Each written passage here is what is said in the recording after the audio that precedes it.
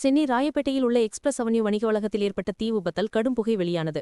Chennai Royapettah white சாலையில் அமைந்துள்ள பிரபல வணிக வளாகமான எக்ஸ்பிரஸ் அவென்யூ மாலின் உள்ளே பொதுமக்கள் பயன்பாட்டிற்காக வைக்கப்பட்டிருந்த மின்தூக்கியில் ஏற்பட்ட மின்கசிவு காரணமாக தீ விபத்து ஏற்பட்டது.